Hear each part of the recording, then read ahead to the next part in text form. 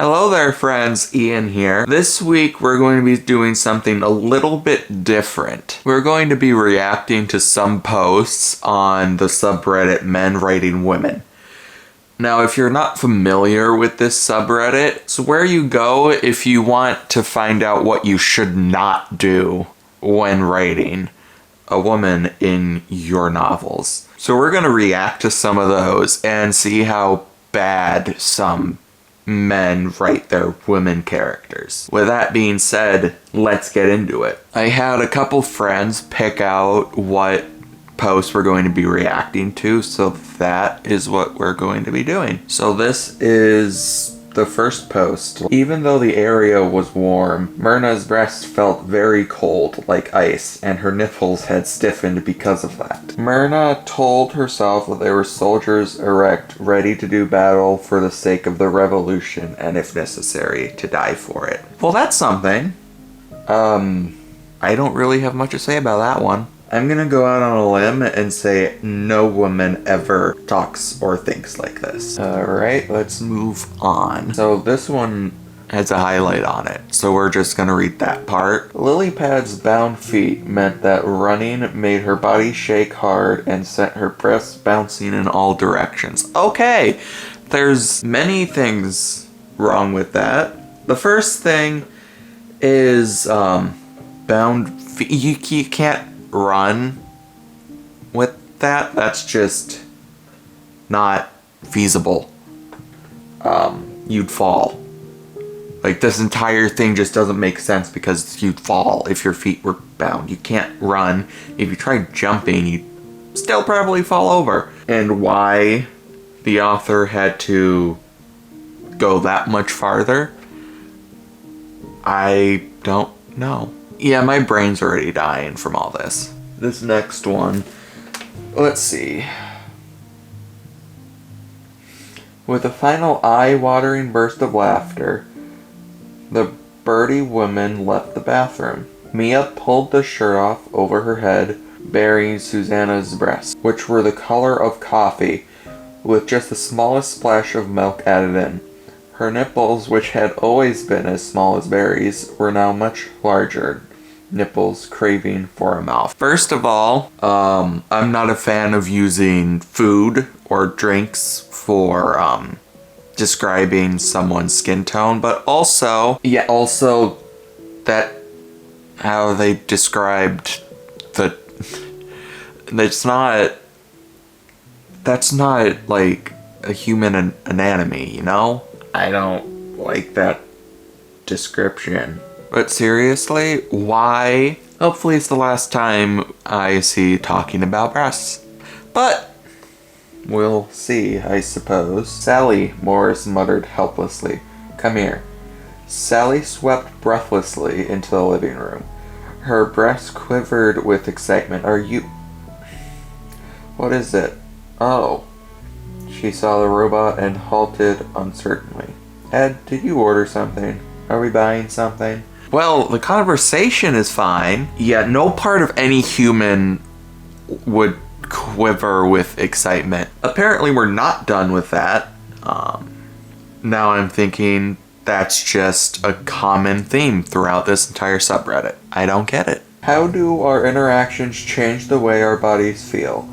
Attend any 2-year-old's birthday party and notice how little Kimberly will engage with you, play with you, flirt with you, without any need for language. These early explorations shape the limbic structures devoted to emotions and memory. Alright, first of all, I don't think you should be talking about 2-year-olds about that. Like, you shouldn't be talking about 2-year-olds like that. That is not okay. First of all, they're 2. Second of all, what has to be going through your mind to write this? I just don't understand it. It's gross, let's move on. It looks like here we have a poem. Let's see how far we can get in before I end up, like, throwing myself out a window. I would like to be a woman so that I could stretch out beside my friends on the bench seats in the cafes. I would like to be a woman so that I could put rice powder on my face in front of everybody in the cafes. I would like to be a woman so as to not have to think about life and to meet many old men who I could ask for money. I would like to be a woman in order to spend the entire day talking about fashion and gossiping. How amusing. So far, there seems to be a dire misunderstanding. I would like to be a woman so as to be able to play with my breasts and arouse them in the mirror before going to bed. I would like to be a woman so that I could act suitably bewildered, something which in a man, frankly, could not be excused. Why would it not be excused? I would like to be a woman in order to have many lovers and betray them all, even my favorite. That took a turn. How I wish I could betray my blonde, most handsome lover with a fat, ugly, and extravagantly mannered boy. I would like to be a woman to excite those who would look at me. I would like to be a woman so that I could say no to myself. Yeah, do I really have to say anything about this? An entire poem. I really hope this poem was satire. I don't know how it could be, but I really hope it is. Next! And breasts that whispered were young. Okay, first of all, the only thing that can whisper is your mouth when you whisper. Body parts do not whisper. Yeah, just, don't describe body parts as their own thing. They're not. Like, I still don't understand why.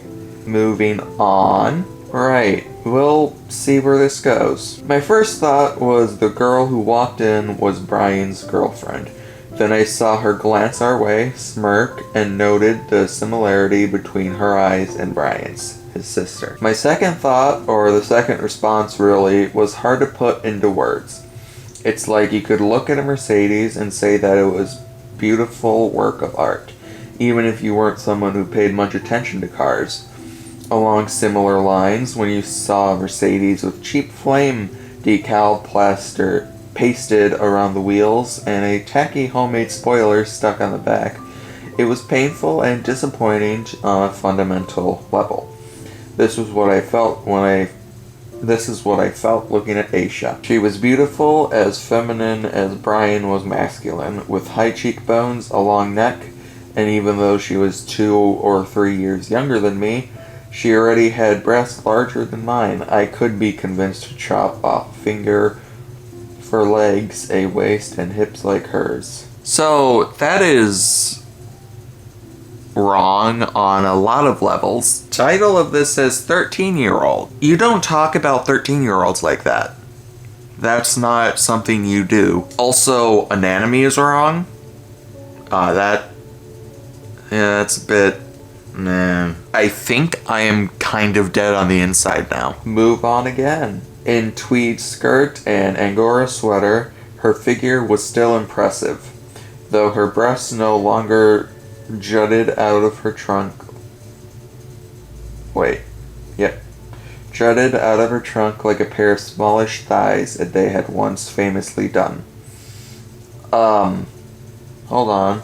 I'm gonna leave a quick comment and say, no, those are two different parts of the body, for one.